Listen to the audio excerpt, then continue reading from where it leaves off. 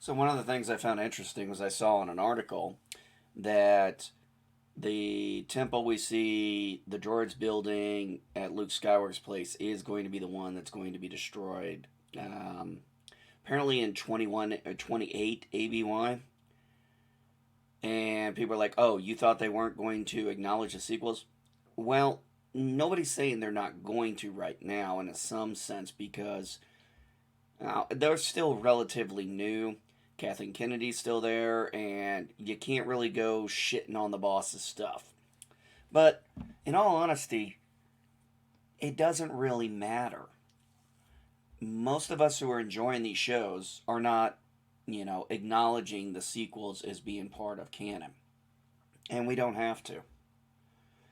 And I know what people are going to say. Oh, well, Star Wars says it's canon. Yeah, well, Star Wars said the old EU was canon, and George Lucas said a lot of things that were later recanted.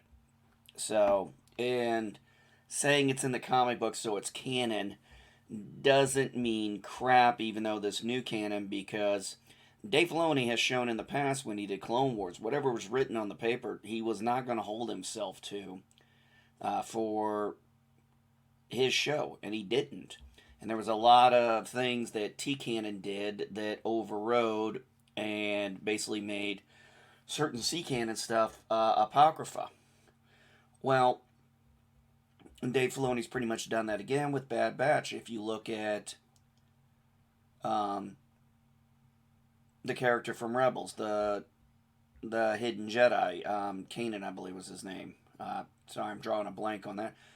But he had his own comic book series, and in one of the parts of the comic book, it talks about the battle where his master was killed, and this was done in the comic, and it was superseded now by Bad Batch. So just because it's stated in the comics that Kylo Ren is the first student does not necessarily translate to he will be the first student just because Grogu went back to the Mandalorian. I think there's going to be a little more story to that that's going to play out in Mandalorian season 3. I would not be surprised if Din goes there, gets some training on the dark saber, learns a little bit more about the Jedi way. Maybe Luke teaches him how the Mandalorian way is more. We will see. But I don't see Dave Filoni and Jon Favreau really in a big freaking hurry, or Lucasfilms in general in a big hurry to catch up to the sequels. Because if you look what's coming out, you have apparently Acolyte, which is set in the High Republic era, which from what I read is from 300 to 82 BBY. This is supposed to take place towards the tail end of it. So that would be an assumption that it's going to be maybe 82, 83. No, we'll see. Then you have Bad Batch Season 2 that's coming out. First season was set 19 BBY. Second season will probably be set 19 BBY or 18 BBY. But it's not going to be set much further than that.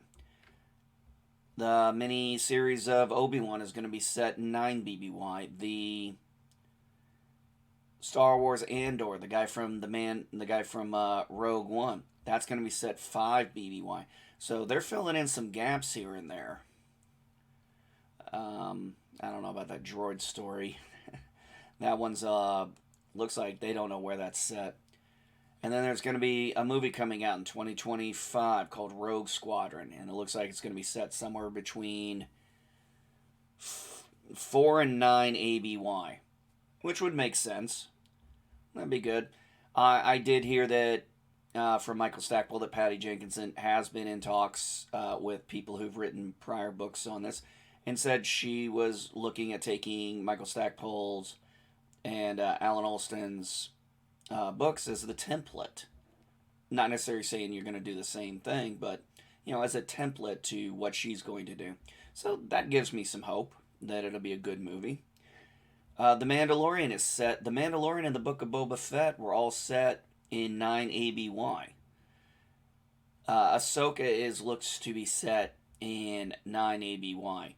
So we're looking at the furthest we've gotten right now is 9 ABY. So we are literally 18 years from when Luke's temple falls. So there's a lot of story to be told. I don't foresee them really wanting to get too close to that. I think there's enough story to go around and enough big enough universe in Star Wars that they don't really have to go there if they don't want to. Maybe eventually they will. Maybe they'll actually create a series that is going to actually make people like the sequels. Maybe they'll have some explanation. Maybe Luke chose this path, but not all of the Padawans he was training are dead. We'll see. I mean, I don't know. But as of right now, it does not look like um, the Star Wars TV section or the film section wants to go anywhere near the sequels right now. Which is probably a good thing. I think they're trying to appease fans of all three areas. The ones who like all 9 episodes, because I know there are people who like all 9. I know some that like me like the prequels and the originals, and I know some who just only like the originals. So it's a balancing act, I can tell. But we will see. But like I said, with where it's going right now, if they're going to get anywhere near that point of 34 ABY when the Force Awakens, I just I don't think it's going to happen within a long time. I mean, maybe 5, 10 years down the road, maybe, but I just don't see it right now because it looks like they're trying to do everything other than go there.